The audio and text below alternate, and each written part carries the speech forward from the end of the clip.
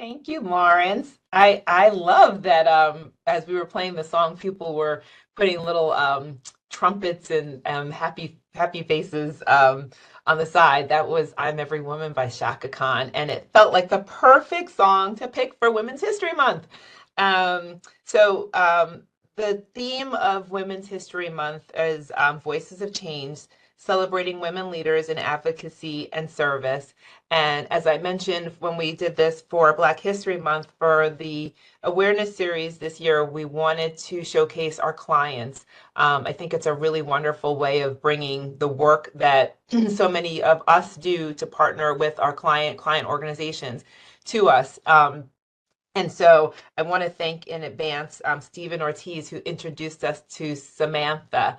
I am looking so forward to our conversation, but let me start by reading your bio, which I always feel like is always slightly embarrassing. Um, but we're going to do it anyway.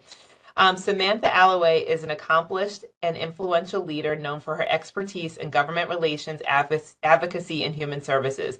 As the executive director of the ARC of Illinois, she works tirelessly to advance policies supporting individuals with disabilities and their families. Samantha has served as a CASA/GAL for Kane County, advocating for children in foster care, and worked at Lazarus House supporting unhoused individuals. Um, sidebar, I I'll just say, unhoused individuals is such a different connotation than homeless people. Yes. I really do love how in the world of advocacy we are no longer associating people with what they have or what they don't have, but calling people people. So that's a side note on that sentence. She works as a certified domestic violence and sexual assault advocate.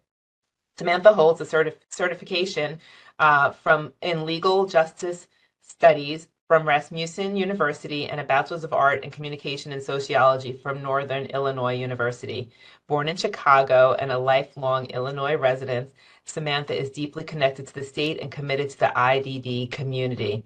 Today, we have the pleasure of hearing Samantha's inspiring story of resilience and dedication and highlighting her journey and the passion that drives her advocacy work. So thank you, Samantha, for taking the time to spend with us. And again, thank you to Steve for introducing us to you. Um, so let's jump right in. So I read your bio, obviously, but I know people are bigger than the words on the page. And so just for us to get a sense of who you are and what drives your passion, which I know you feel so strongly, what inspired you? Tell us your story about how you got to the field of disability advocacy. Well, first off, thank you to you, Tara, and to Mr. Ortiz, who's been my friend and, mentor in a way for the last 3.5 years. I actually met him in Washington, D.C. very early on my journey of government relations and lobbying and advocacy. So it's wonderful to have that full circle moment. And now I'm back here. It's just awesome. So thank you guys so much for the opportunity today. I have a lot of things that drive me. Drive me good, drive me bad, drive me crazy. But really what drives me to IDD is my beautiful son, Ellis Alloway. I have three sons, Jax, Ellis, and Emmett. I like to say their names because they all have special names that are dear to my heart and dear to their father's heart. And Ellis, at the age of 3, was diagnosed with autism spectrum disorder. His father and I are high enough educated individuals, and we had this situation, we didn't know where to turn. And it made me feel, if we don't know where to turn, how many other families are in this exact same situation and also don't know where to turn, and what services can be provided, what does special education look like, how do you enter a first IEP meeting, things that were very difficult for us as a family. And it really drove me to want to change the system and to impact and help as many families and individuals as possible. Yeah, but when we talked, this was not your background. And this is, I don't know if this is where you thought you'd be before Ellis was born or before Ellis had his diagnosis, but who were you before this? Wow. All right. So who was I before this? This is so interesting. So I had I want to say a pain. Okay, let me start way back. I'll go way back to the north side of Chicago. I was born to two amazing parents who had a really funny love story. They were married for 7 years, divorced for three, remarried each other. That whole time, did not have children, knew they couldn't have children until I came around. And my dad begged my mom, can we please try for a boy? Because he was the only son with four sisters. So he said, please, we have to have one son. So God laughed and gave him twin girls. So my sisters are 5 years younger than me, and he has three daughters. And unfortunately, You my get what you father, get, but you don't get upset. yeah, exactly. So yeah, we ended up having the sisters, he had three girls. And my dad was an amazing father, but he became ill. And when I was 16 and my sisters were 11, he passed away from colon cancer. And about 8 years after that, so that really changed my life, right? Because all of a sudden you go from this two-parent household, very common suburban, we moved to the suburbs of Chicago, had a park and went to a Parkwood Elementary, and then all of a sudden she was a single mother. And that changes a child's life, it changes a family's life, as I know many of us have experienced. And only 8 years after my dad passed, my mother passed from lung cancer. And it was this shocking series of events because I was only 24, my sisters were 19, and I basically became the mother slash father of these two. Even though they're adults at 19, we know we're not really adults yet, and I became a homeowner. I had a 2,500 square foot house, and I had to take on these very large scale responsibilities, which truly did drive me. And then only a couple years after that, I was diagnosed with cancer. And I was diagnosed with cervical cancer at the age of 26, which very much changed the trajectory of my life from being in marketing and communications and to recognizing all of a sudden I needed to be somebody that was going to be home, and I needed to get married, and I had to have kids, and I just felt this pressure because I didn't know if I'd be able to have children. So I married the closest guy next to me named Josiah. He seemed nice. It worked out, thank God. And we Where ended up I'm going having with just grabbed him. Seemed this. like a good enough guy. And life moves so fast, so I didn't necessarily believe that I'd end up in IDD, but I believe that advocacy was always a part of me because in that journey I became a lobbyist for the American Cancer Society, and that's really where I started to understand that your power is in your voice and in your truth. Even at times that it might make people uncomfortable to hear your story because it can be challenging and it can be scary for people to hear what they don't understand. You can change policy and you could change minds and hearts if you share your story. And I'm very proud to share with you because last time we spoke, I didn't know this, but I had my yearly screening, and I'm very proud to say I'm 14 years cancer free as of last week. That's So amazing. it was a journey I didn't expect to have happen, but here I am, and it changed my fate. It changed my faith in people, good and bad some days, right? Okay, but overall, believing that if you go for what's in your heart and you share your story, you can create true impact in the world. There's so many reasons why I love that we've decided to focus on our clients this year. I mean, I think each of your stories brings us so much closer to the work that we do, and I think, it's we have to get that kind of the why we do what we do back, not that it's lost, but I think it's just so important to put it out forward and to kind of put the face with the claims, the calls or whatever. And Samantha, just from your opening statement and from the conversations we had in the past, it's so I know that our audience is just going to love your transparency and your truth. And I'm glad things worked out with Josiah because I mean that's a little scary. Well, what day is it? It's Tuesday. Let's check back on Thursday, and I'll let y'all know how we're doing. No problem. Um, but this is Women's History Month, and I think part of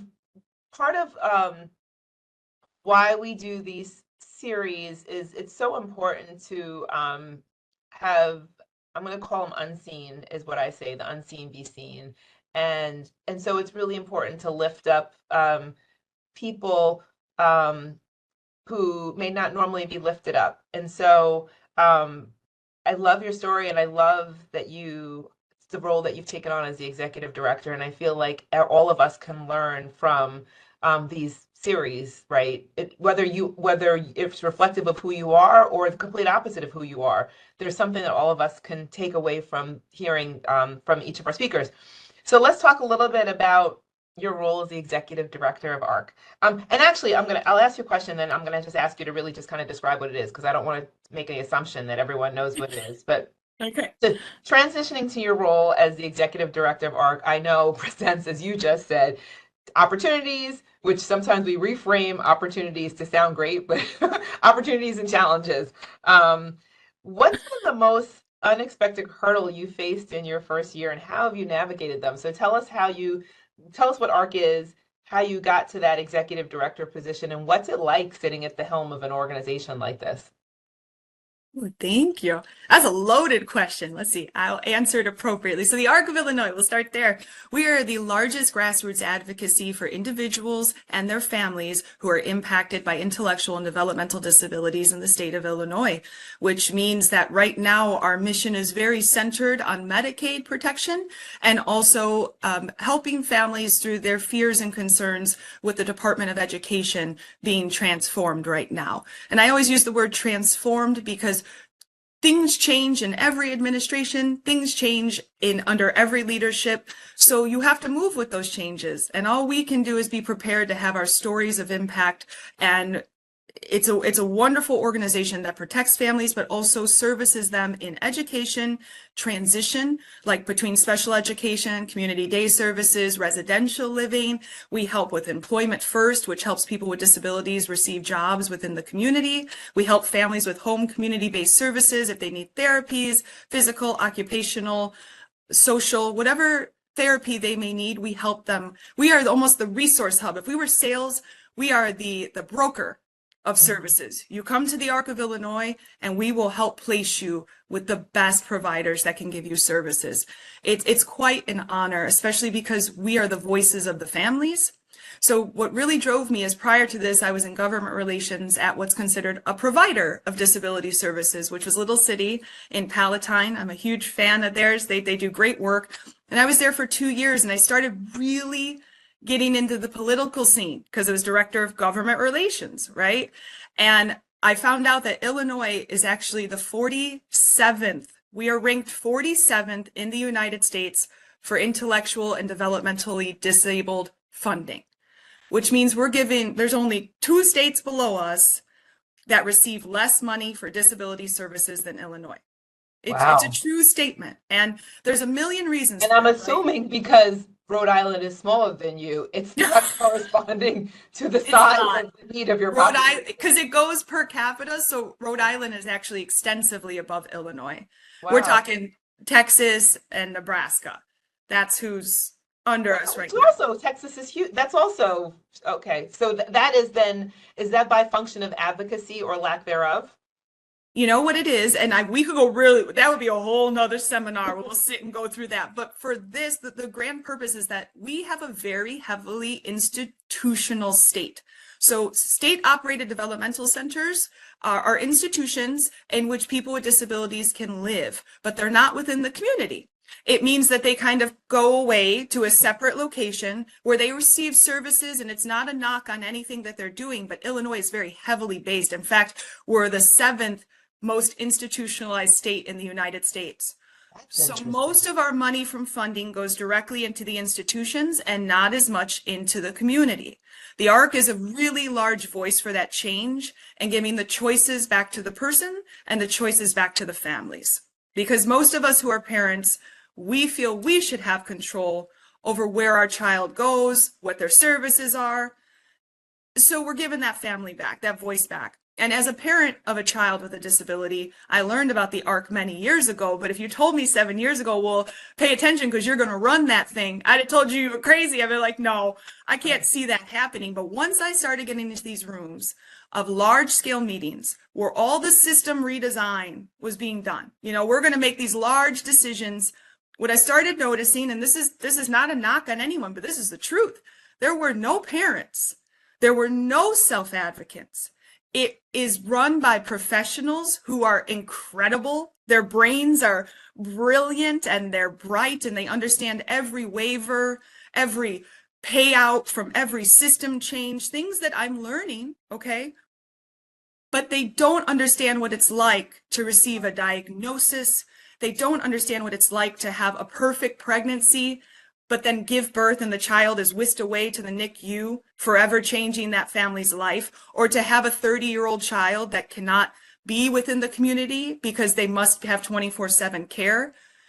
And my goal became to get myself into leadership in this community so that there was at least one person in the room that actually knew what this was like. And sometimes people like that I'm there, and sometimes people wish I wasn't there. But you're And there, that's so oh okay. well. That Oh is well. fine by me.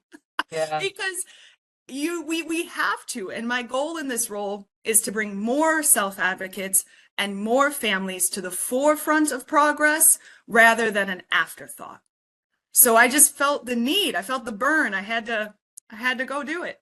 So this is your your first full year, right? There? This is June will be number Okay, one, so so I'm at okay, 10 months. Yeah. 10 months. So you knew what you were in these rooms, you knew there needed to be a voice there, you knew this could be a voice. How did you think about how to navigate that? And maybe I'll just ask you this in a broader context of being in a space in a place where you're different. So you know, policy wonks that were there. You're not a policy wonk, although you're obviously very educated.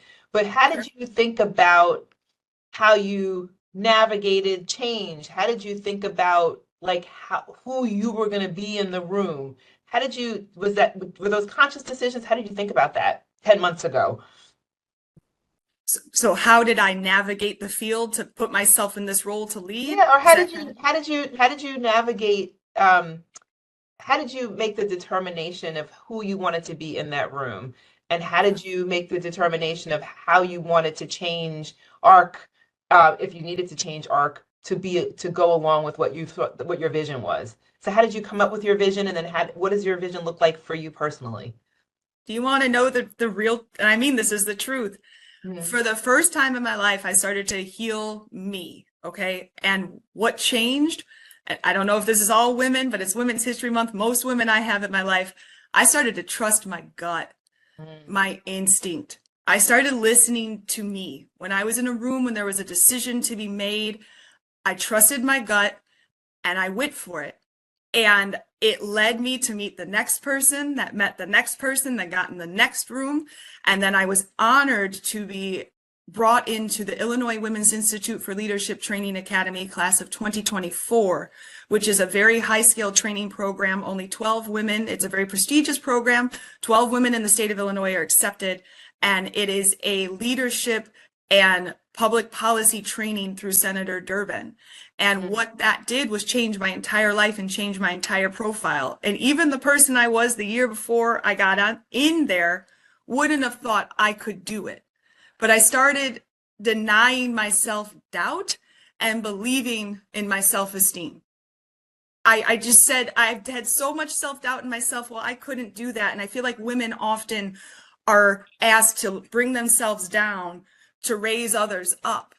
And I decided I wasn't going to do that anymore. I was going to start trusting myself and I was going to start going for it. What's the worst that can happen? Worst thing that happened is, okay, well, it didn't work out, but I knew it would sit with me forever if I didn't try. Didn't. Well, and Yeah, that's actually, thank you for saying that, because I think that you are absolutely you are absolutely correct in my non-scientific view that I do think women do kind of right. shrink themselves down.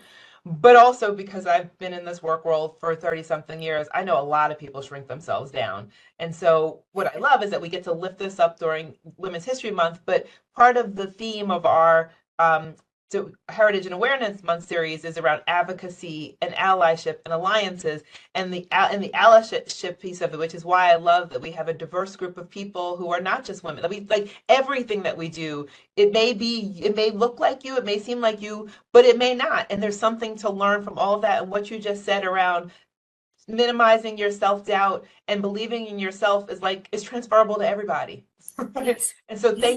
thank you for that. Like thank you for that lesson. And I so the people who are listening, I think that is huge. that is huge. Sometimes we don't do things not because someone told us we couldn't do it. We don't do things because we told ourselves we couldn't do it. And you can't, that's, you have, and the only way to erase that is to just be conscious about erasing it. That's So, right. so thank you. Okay, so when you talk about leadership, I personally always think that data matters. It's not all that matters to your point around data and heart. You have to have a little bit of both, but data does matter because it does give you an indication. You don't want to be shooting from the hip. So I'm curious if there are any specific metrics or indicators that you look at to help to measure your impact of the work that you're doing. So you're 10 months in. When you started at 10 months, and actually I'll give a shout out to my team, as we're gonna do soon a training about 30, 60, 90-day plans for new hires. For Yes. what do you think you should be doing at 30 days, 60 days, and 90 days, as a way of being able to track what you're kind of understand what you want to do and track it. But I'm assuming that you have a 1 month, 5 month, I mean 1 year, 5 year kind of plan. So how are you thinking about how you're making your impact in your first year? What did you think about when you needed to decide what that might be? So the numbers I felt were very important was our membership. Our membership is when I came in was at about 8,000 members strong. We have chapter organizations throughout the state. So we're the Arc of Illinois, but then we have 32 other organizations that are chapter affiliates. They are providers or small non-for-profits that are members of the Arc. They are affiliate organizations of the Arc, okay? And then you could be an individual member of the Arc. So my goal was to re-energize the chapter affiliates that we had and to bring attention back to them. So I started an entire statewide journey. I have driven, and I am not over-exaggerating, over 3,000 miles since I got this job. And I started traveling the state, meeting people, getting them back to the Arc. Within a matter of 6 months, we increased our membership base by 6,000 members, which was over what I expected for a 2-year plan. And it was all from the energy of going out there, shaking hands, taking pictures, reintroducing ourselves. And chapter affiliates were like, hey, I want a piece of that. Like we want some of that energy. So people started coming back to the Arc. So membership was a huge gauge of success for me. And secondarily was creating a larger budget. Money, I know, like when we talk about advocacy, it's all about the heart. Well, to your point, you got to pay for that heart. You got to Yeah, pay your staff yeah, and you got to pay your staff well so that right. they want to do that type, because this is not Yeah, easy work. yeah, The yeah. calls we get are calls matters of life and death, families that are they're distraught. And it's hard, very much. I feel like we're similar to like educators, and educators have hard jobs. And I was just at a summit just now, they don't get paid enough to keep coming back And it to doesn't ever that. get turned off. It's Never. yeah. You never turn off. And paid advocates were the same way. We take on people's stories and we carry them as our own, and we got to learn that, right? So for me, it was mandatory that I improved our budget to pay our staff better. And while I will be private about all numbers, what I can say is I was able to give every single staff member a sign-on bonus, a Christmas bonus, and an overall COLA raise, which was the first time that had happened at the Arc of Illinois in 10 years. Wow. So I went strong for grants and I went strong for state funds to improve our, I said, hey, listen, look who we are. We do this work on behalf of the state, on behalf of the United States. Make sure we can keep this team strong. And they responded again to the point of what's the worst that can happen if you ask and create that strong collaboration. I'm huge on collaboration. There are no enemies. Look what I'm learning just from meeting you. My life brought me to you. I didn't know I'd ever get to meet you guys and Tara and Well, your. actually, you're meeting 161 I people. You're just guess you're that's just true. you're just looking at me. It's true. But you guys, I got to sit on the phone. I mean, we were only there for 30 minutes. We laughed, we cried, we knew each other's babies' names. It was such a beautiful experience. And that's because you never know when the next door is going to open when you're on the right path. Yes. Most of the time that next door is almost a little more beautiful than the last. So you just keep Yeah. going. So those metrics were very important to me. 5-year, I'd like to see us increase our capability in public policy. Illinois is a state that is very heavily based on, You are either provided by the state or you are endorsed by providers. We're a provider-driven state, not a home community-based service state, and that's to disability as a whole. I'd like to see that change in Illinois. I'd like the center to come back to person-centered planning and not to, well, here's the options we have. What do you want? I want families to be able to develop their own menu, if you would. And you could decide, what does your family need? And we work to serve the families versus telling the families what we have to offer. That's a bigger goal, but that's through legislation. So I don't normally, well, actually I do, I guess. So I'm going to talk to you more about the organization, but I want to just maybe dovetail just because I said I think it's so important for us as an organization to connect to who we're helping. So I'm curious if you could just tell us about who your employees are. What are they like? Where are their Oh, backgrounds? Tell us about, because these are the people that we're helping, right? So who are they? that's right. Okay. Well, I'll talk about my directors because otherwise I have a staff of 20. It'll go deep. But Illinois is 102 counties. We're a very large state, and we serve all 102 counties through the state of Illinois with only 25 advocates, which means our districts are expansive. We take a lot of work in. I have directors, and every single one of us is personally impacted by having a child with disability. So that's a very powerful team.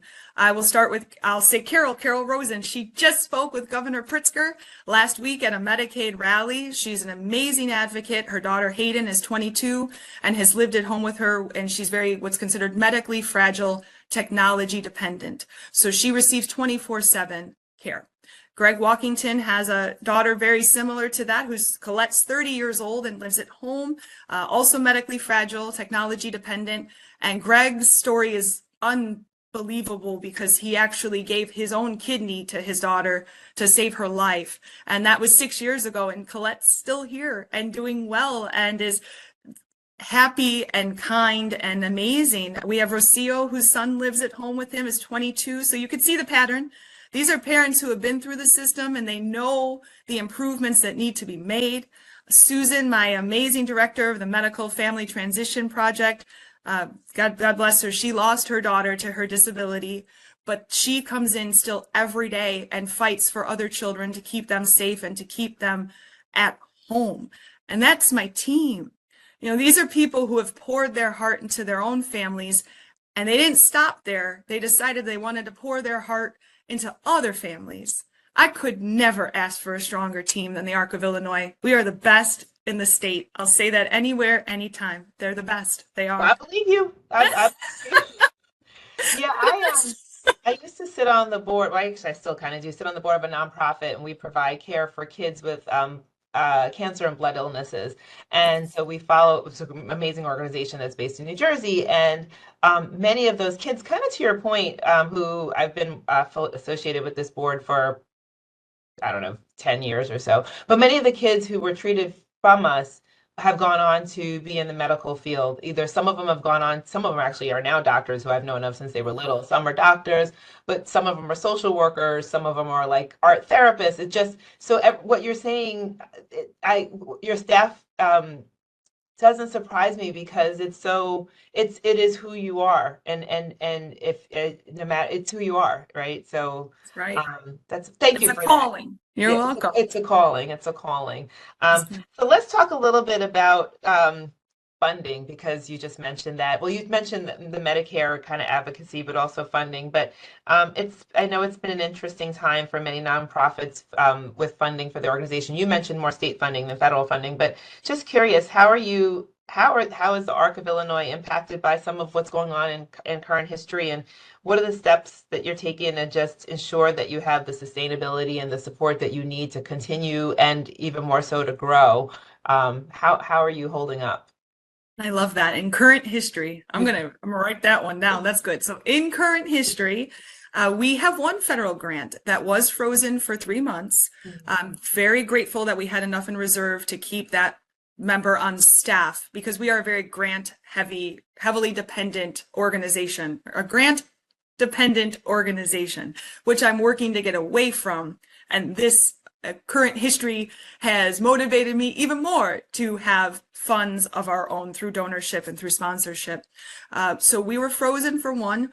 we've had to be very careful about any DEI initiatives that we take here at the Arc of Illinois, which is, as you would imagine, sensitive and interesting because we are disability. So everything we do is based on accessibility, and everything we do is based on diversity, and every single thing we do is based on inclusion of bringing people with disabilities of all kinds into the community. That is our goal as an organization, is that families don't have to be siloed, that people can be seen and met where they're at. It has been a tremendous responsibility to stay updated on all the changes. You know, the transformation of the Department of Education is a terrifying one for a lot of parents, even though so far things have been okay. So my call to action for that is I work directly with the Illinois State Board of Education. I make sure that we are consistently updated about what is going on and what funding resources exist within the state to make sure that the 15.2% of children who receive special education in Illinois are safe. I fight very hard for that. So again, I'd say the best way we prepare is we stay collaborative. We do not silo our efforts, but we be respectful of all parties, because disability is a bipartisan issue and it does not discriminate. 1 in 4 Americans will become disabled at some point in their life, and 1 in 4 Americans are affected by, and impacted is a better word. You know, it doesn't have to be you, it could be someone you know, and I guarantee everybody on this call knows somebody who is impacted by disability or will become in their life. So we just try to stay the course and stay to our point that disability is non-partisan. Well, it's funny. I just see. I don't know if you saw me looking aside. I was trying to look at my notebook because I remember when we did our prep call, Yeah. you said something that resonated with me, which I wrote down. So I just was like, where is it? What I wrote down, and you said you always think it's them until it's you. Woo. Do you remember Yeah, saying that? I And do remember saying that. I'll say it again if you'd like. You always think it's them until it's you. I yeah, think, and I'm somebody who's lived that. You don't think you're going to get a call, it's positive, you have cancer. You don't think you're going to get the pamphlet that says your child's disabled. You don't think yeah, until it is. until it is. Yeah, Changes everything. yeah. Again, which is, again, I'll say, when I came here, one of the reasons why I came here was because I wanted to work with a place that had a mission that mattered, and I think that resonates with all of our employees here. I know it does. I'm going to speak for them, and this is again why I'm going to say I absolutely love that we have our clients speaking to us, because you're like making my day here. Okay, so I have 2 more questions for you, but I'm going to just open it up to our listeners here, just in case anyone has questions. So I'm going to ask you one more, and then Okay. I'm going to see if anyone has questions. And if they do, we'll read the questions. And I see a lot of like hand raising and clapping and so on. So, well, and then and if we don't have any questions, then I have one more, and then you and I can like girl chat if we want for a few more minutes before it's over. But just and again, back to the fact that it's Women's History Month. Are there any lessons, and maybe I'll just are there any lessons or insights from your journey that you'll think will resonate with your audience? Although you've dropped so many jewels, I don't know if you have anything else left. But especially for women, I'm going to say especially for women, but I'll also say for all. But to overcoming their own personal or professional challenges. So what are you already talked about believing in your gut, but is there anything else that you kind of think of that is that you feel like would really resonate with our listeners? I think to honor the good women you have in your life while you have them. You know, losing my mom was obviously it's a challenging thing. It's a challenging person to lose, and I speak to that with all the love in my heart. You know, I had her, and while I had her, she taught me an immense amount of lessons that I carry with me into everything I do. But of course, I look back and I wish there was a little more time and a few more things I would have said, right? And then in my journey, I met an amazing woman, Danita Lewis, who became one of my closest friends, mentors, advisors, and she was the first Black off-ice official for the National Hockey League here in the United Center. She was a trailblazer, and she was an amazing woman. And on Friday, we will celebrate 1 year that she has been gone. She fought triple negative breast cancer, and She fought it with all she had, but it was her time. And so she's not here for me to talk about all of this with. She's not here for me to talk, talk about people with.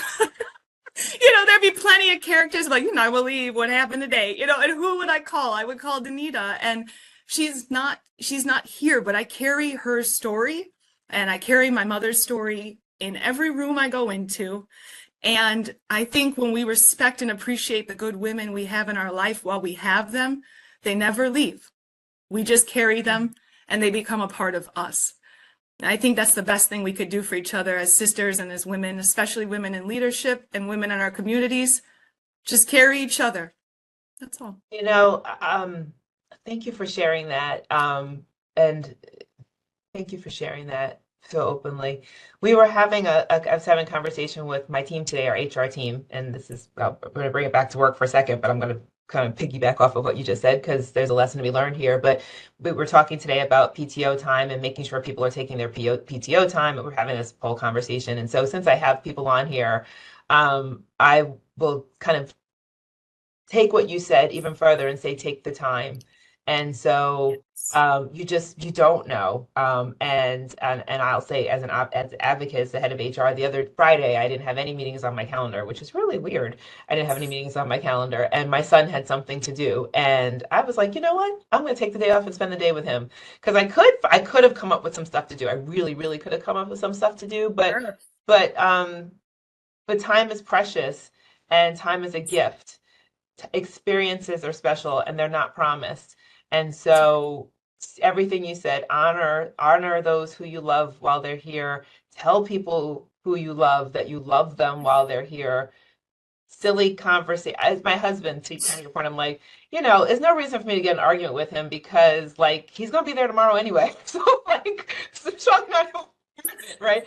For little things. Don't sweat the small things. But to your point, like you honor and you find actions, ways to show love for the people who you love because tomorrow is not promised. And so thank you for that. I don't see any questions yet, but I do still see a lot of claps. So uh I'm gonna talk to you. Let's talk a little bit about leadership. Um, how did you consciously think about what kind of leader you wanted to be? Did you, as you were coming into this role, you obviously had some advocacy points, but did you think about how much of yourself you were going to bring to the job? I feel like I know the answer to this, but how do you figure out, as a leader, it can be hard, almost sometimes if you're too authentic, people can't handle it, but if you're not authentic enough, people don't trust you. How do you figure out how to navigate yourself as a leader? That's a really good question. If I was going to be honest, purely honest, I'm still learning.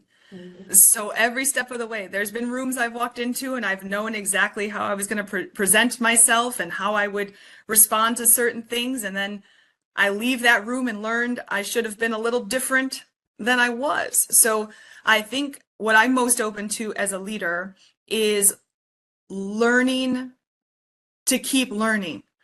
That I Well, don't let me know. stop you and say right now, because I'll just put it in there. We just launched last week our goals.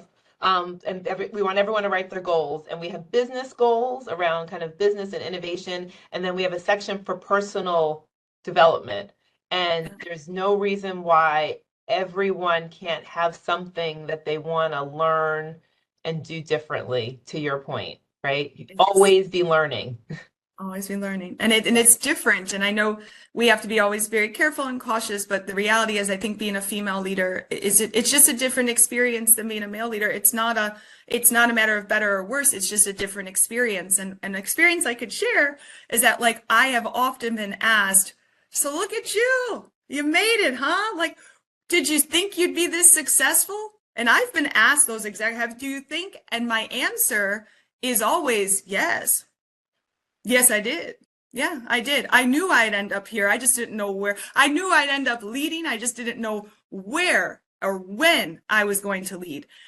And often that's been received as arrogant or another word that I will not use on this family friendly function, of what what that attitude is, but I don't know if it'd be received the same way from a male leader of like, of course I was going to lead. Of course I knew I could be in charge. So I think it's just a different experience. And for me, being a leader is, yes, I don't believe I always have the right answers, but I believe I will always know who does. And I will bring them to the table, and together we will find the right answer. We'll find the solution. So that's, Yeah, yeah. I mean, I'll tell you from my own words of advice is that I don't ever feel like I should have all the answers. In fact, nobody wants me to have all the answers, No. but I always have the right questions, right? Yes. And so, or maybe not always have the right questions, but or I always want to have people around me who can help to ask the right questions, right? And that's the sign of a good leader isn't knowing everything. The sign of a good leader is to be vulnerable and to know where you kind of know what your strengths are, but also to pull upon people who have strengths that you don't have, so you together can move an organization forward. That's really it, where all voices are welcome. Yeah. Yeah, it's a huge goal of mine. So Yeah. appreciate that. This has been really wonderful. I'm gonna let Anita jump on for a second. Okay. But I feel like we've been vibing so much. I don't know if we have any questions, and if we don't, I think we'll maybe end a little bit early. But Okay. let's see if Anita wants to jump on. Sometimes Anita has questions that she might want to ask. Okay. Hello, hello. Hey, Anita. Definitely, I want to thank you so much, Samantha, for sharing about yourself and your wonderful, inspiring work that you do, supporting individuals with disabilities and their families, especially sharing your story briefly about Ellis. I definitely resonates with me as well. And also within the community of the Arc of Illinois. Okay. So I just want to say it goes to show that a woman's work is far reaching and it's never done. So Right. thank you. At this point, we don't have any questions, but again, thank you for your energy in giving us your insight to everything. And I have all these notes that I'm just going to make little, Oh, we just got a affirmations. question there. And we do have, yes, we do. And I will read it right now. So it says, thank you for your excellence and how you're impacting the community. Outside of Illinois, what direction can you provide to us who may know someone with disabilities on where they can turn to get help, quality help? The Arc of the United States. And I mean that. We are a part of a national organization. So each state has a different chapter. So whatever state you're in has an ARC. And that is always the voice of families and services. But also the ARC of the US has a website, Facebook page, Instagram page, wherever you follow, that has consistent webinars, educational tools, and public policy and advocacy tools that can help any family throughout the US. That would be my first place to turn to. Okay, Awesome. thank you. Awesome. Appreciate that so much. Are Yeah. there any other questions? I'm going to just ask a question and just say, so what do you do in your downtime? What does downtime look like What for you? downtime? No, question number one, do you have any downtime? And if so, what does it look like? I love to, I mean, it's pretty basic, but the things I really love to do, I love to be with my boys. They're still very young, they're 11, 9, and 4. So this is a loud, fun house. We're very physically active family. I'm a runner, and I used to be a yoga teacher prior to coming into advocacy. So I try to stay as physically active as I can. And really, most of our times is spent, we live really close to a river, to the Fox River. So we have a kayak, summer's right around the corner. We go out on the water and we just try to spend as much quality time together as we can as a family. Yeah. I love that. And I'll just lean back into it's just so important. When I go out on PTO, a lot of times I'll put like a little quote there, and often my quotes are around encouraging people to take time off, encouraging people to take a mental break. I was a runner, like you, and I used to love running because it just gave me time. It was one of the times where I could just be by myself and clear my head. I used to say that I'd solve the problems of the world in a run because it was just kind of sometimes you need to step away and be away from stuff to see things properly. Yes. And you need to kind of it doesn't leave you, but you need to kind of be out of it for a few minutes to get perspectives and kind of or just kind of talk to people who are doing what you do to be able to get your advocacy and allies. It's just important to kind of form a whole and healthy self, so that Yes, you can be absolutely. around for everyone around you. Well, Yes. Samantha Alloway, what a blessing, for this, or for the organization, that we got to share some time with you. What a blessing for your organization that you run, and even more so for the 15% of individuals with disabilities and their families that you advocate for. And so speak on behalf of everyone where we wish you well for all that you are fighting for, and for all that you may have to figure out as you're advocating. So we wish you armor and guard as you fight the fight. But I mean, I think I can say for everyone that, my goodness, aren't we glad that we're connected to you? Thank you. So thank you. Thank you. And thank you for the opportunity. And thank you for the amazing work that you do as an incredible organization. I'm honored to be a part of it. So thank you very, very much. I mean that. Thank you. Yes. All right. Have a wonderful afternoon. All right. Bye, Okay. guys. Bye. Bye.